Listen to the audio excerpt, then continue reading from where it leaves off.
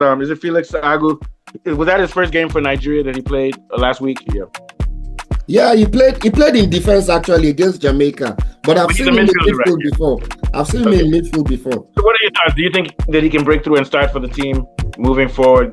Give us your analysis of him as a player and where you think what do you think he can do with Nigeria and whether he should be featured on the team in their midfield? Yeah, I feel he's a very physically strong player. I think he plays in Werder Bremen in Germany. Very tactically astute. He has positional awareness. I think he can develop to be a very, very good Super Eagles player. But I think the earlier they find him a more consistent position, the better it is for him. And I think he's going to be more of a CDM or a central midfielder. I think he looks quite accomplished as a CDM. If they can develop him into a CDM, because the likes of Wilfred and Ndidi, they're getting old. We need replacements for those. Exactly. That's why I like Onyeka. Onyeka is a good replacement. Onyeka too, yeah. Yep. Onyeka too. He won't play for Nigeria, will he? No. Yeah. Yeah, I think this is our new coach. This is our new coach. I think he's going to do a good job because I like the way he invited a lot of all these players. A lot of all these players, they want to play for Nigeria, but because we don't play friendlies that much, and no more.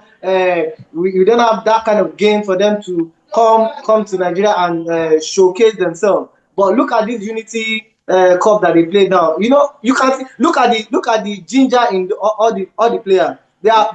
They put all their mind and body into it because they are not even playing it as if it's just more like a normal cup or something. They put but look at all these our established players. That Wilfred Ndidi.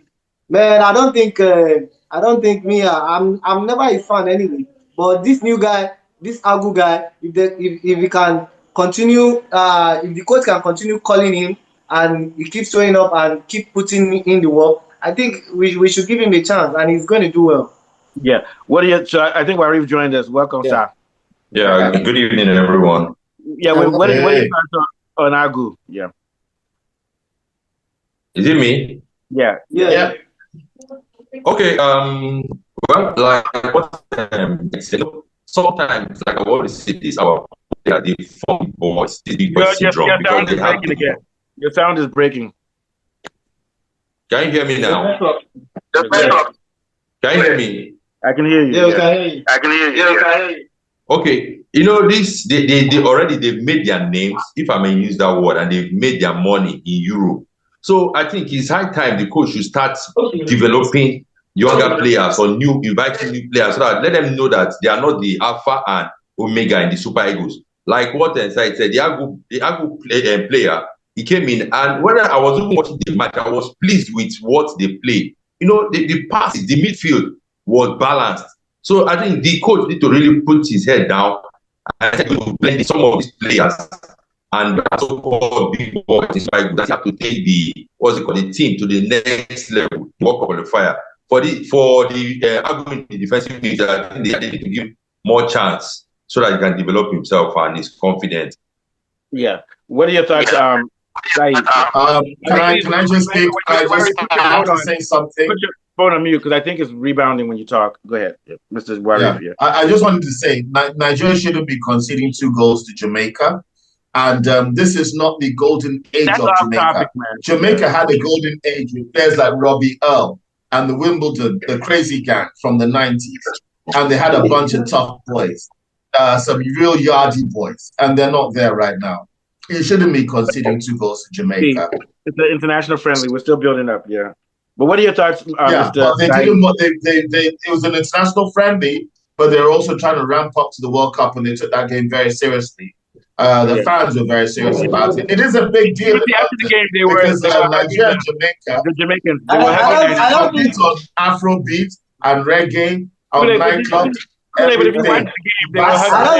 don't think you should read. But even my university was half West African with Uganda and half West Indian. We're talking about Agu. Now we're talking about Jamaica.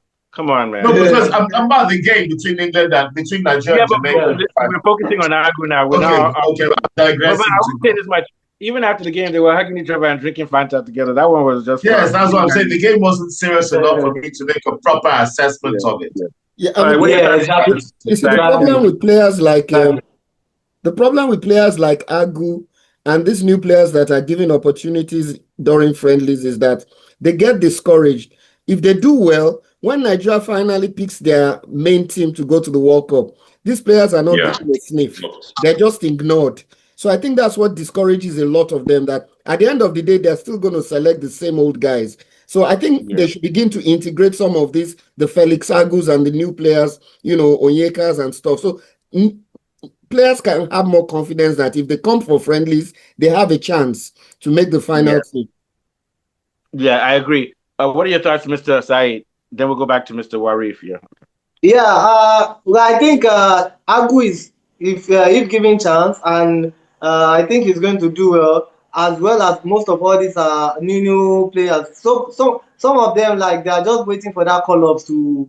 We need players that are ready and are eager and ready to put in their work, as in put their mind into it and play their all to their strengths. Because some of these players we have in our team now, they are just, because of what is going on in Nigeria right now, most of them they are not playing as if there is nothing into it, and we the fans, we don't need all these kind of displays from them. So with all these new players like Agu and the new that Rangers guy that played up front, that half-cast guy, like, you can see how they put their body into it. So I think we need more new players like that to make all these our new as in old guys to. Yeah, I read in the newspaper that the coach for Nigeria met Narani to go and beg him to come and play for Nigeria. I don't believe he'll play for Nigeria, will he?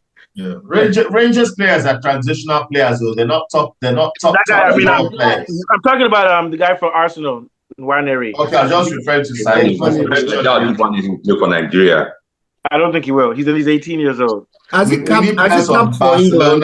Does he have any caps for England yet? He doesn't have a cap for England yet. No.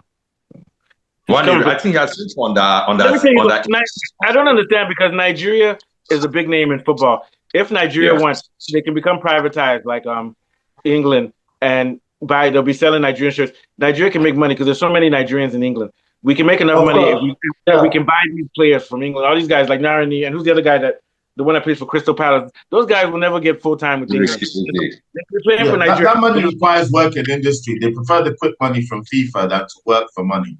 Yeah, I think if we can get our art right in Nigeria, like our leadership and stuff, majority of all these players, they wanted to play for Nigeria now, because the ball around the world concerning Nigeria, with proper marketing, all of them want to affiliate themselves with Nigeria. All of them, even the ones that is not playing for Nigeria right now, you can tell they listen to our music, they like our culture. Like, they affiliate with some of our boys out there. So it's not. And they'll buy our jerseys. No, Nigeria. If Nigeria gets the contract, they buy our jerseys, exactly. With Nike. That's a making Nigeria game. What affected me? I noticed none of the fans do the Nigerian. Okay, guys, man, there's too many people talking at one time. Somebody should focus. Let Kunle talk. Okay, no, I just wanted to say that Nigeria-Jamaican game, the Nigerian national anthem that was being sung, nobody knew it in the stands. It was a farce. You want to market Nigeria, and you're just you're alienating the Nigerian people. We know a national anthem. The one we know is the one we know. Why are you trying to change it mid? And they're using the most corrupt government to do so. It's not going to work. I really hope that the next government reverses this nonsense, puts it back, because it's like a fundamental. All it says to me is an illustration of why this government has. I don't even know. I don't even know two verses out of it. I don't know two lines out of this new. I don't know any line. I swear to God. I don't know two lines out of the new. My kids are in primary school, and I'm having to hear all the time, and I still have no clue. What chance have you got? Finish. It's ridiculous. I have to Can you imagine Donald Trump waking up and saying, "No more Star Spangled Banner"? You don't even have to hear it. I have no clue what's going on. What chance have you got? Unless you're in school, you've got no chance. Yeah. Okay, so last thoughts before we head out. What are your last thoughts, Mr. Warif? Yeah. Concerning the Nigerian Super Eagles, like we've been discussing before this time around, I think they need to look into our local league, look into skillful players, boys that are talented from our leagues, and also this the Super Eagles coach always using Wabali. I think he needs to try and start giving other goalkeeper their chances of featuring. If not by or something that will be having issue in the goalkeeper department. So you shouldn't just be using Wabali, using him all through. At least he has given me enough chance. You should give some other goalkeeper their chance.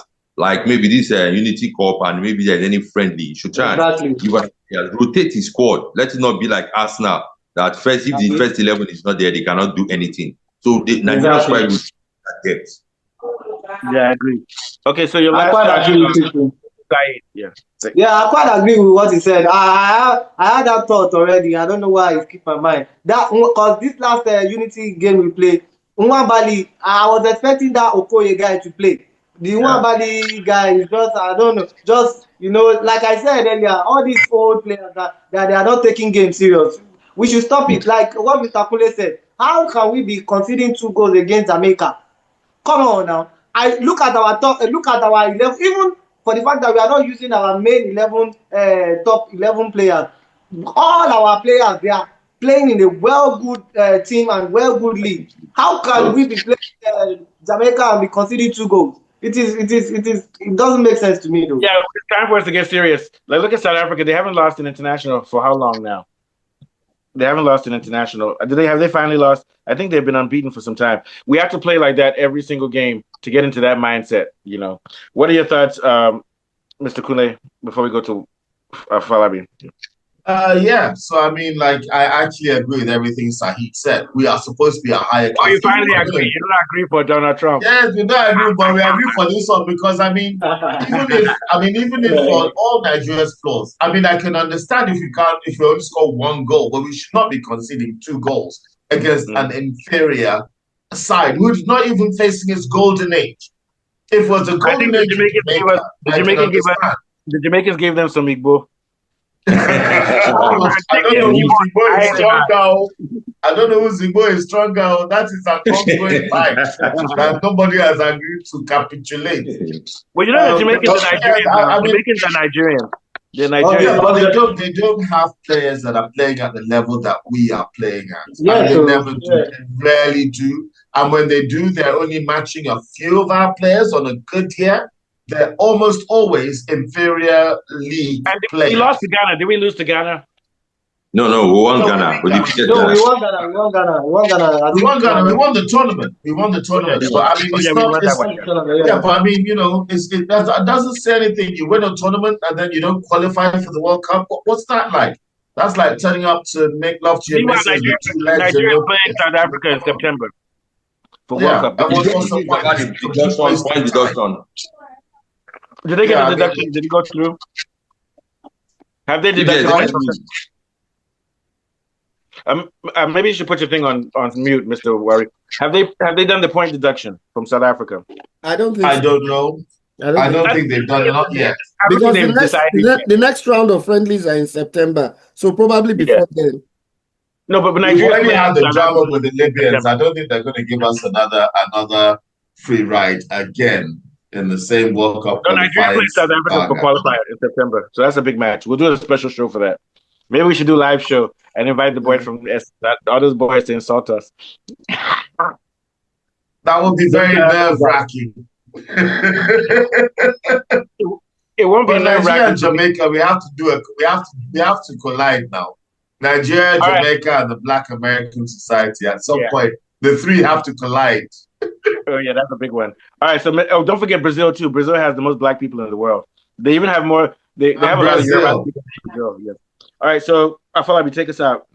Yeah, it's been another brilliant football show. We have been discussing PSG's demolition of Inter Milan and our own dear Super Eagles and how we need to bring through new talents, to replace established ones. And from Mustafa, Warif, Said, and Kunle, we'll be back again. Okay, thanks. We'll do South Africa football maybe on Wednesday. Okay, thanks, guys.